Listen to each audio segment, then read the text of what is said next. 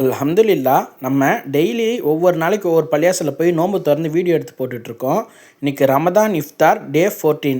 இன்றைக்கி நம்ம தம்பி சம்சுதீனும் நம்ம கூட இஃப்தாருக்கு விளாக் எடுக்க வரேன்னு சொல்லியிருந்தாங்க.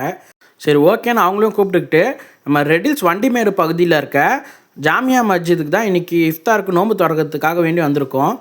அதுக்கு முன்னாடி ஓமன் கண்ட்ரிலேருந்து முகமது ஷஹீதுன்ற பாய் நம்மளுக்கு டிஎம் பண்ணி, இன்ஷால்லாம் நான் காசு அனுப்புகிறேன், நீங்கள் டெய்லி போகிற பள்ளியாசலில் நோன்பாளிகள் நோன்பு திறக்கிறதுக்காக உணவுப் பொருள் வாங்கி கொடுங்கன்னு சொல்லியிருந்தாங்க.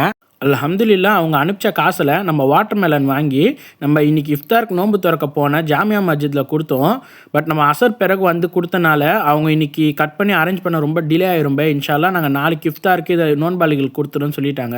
சரி ஓகேன்னு நம்ம அதை அவங்கள்ட்ட ஒப்படைச்சிட்டு நம்ம நோன்பு திறக்கிறதுக்காக போய் உட்காந்துட்டோம். சரின்னு இன்றைக்கி இங்கே இஃப்தாருக்கு பண்ணியிருக்க அரேஞ்ச்மெண்ட்ஸ் எல்லாம் ஒரு வீடியோ எடுத்துகிட்டு நம்மளுக்கு நோன்பு திறக்க டைம் வந்தோன்னா நோன்பு திறக்க ஸ்டார்ட் பண்ணியாச்சு.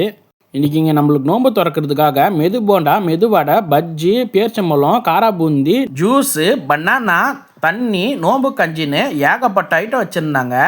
அதுலேயும் இந்த நோன்பு கஞ்சியில் காரா பூந்தியை ஊற வச்சு சாப்பிட்டா அவ்வளோ டேஸ்ட்டாக இருக்குங்க. மஸ்ட்டு ட்ரை பண்ணி பாருங்கள்.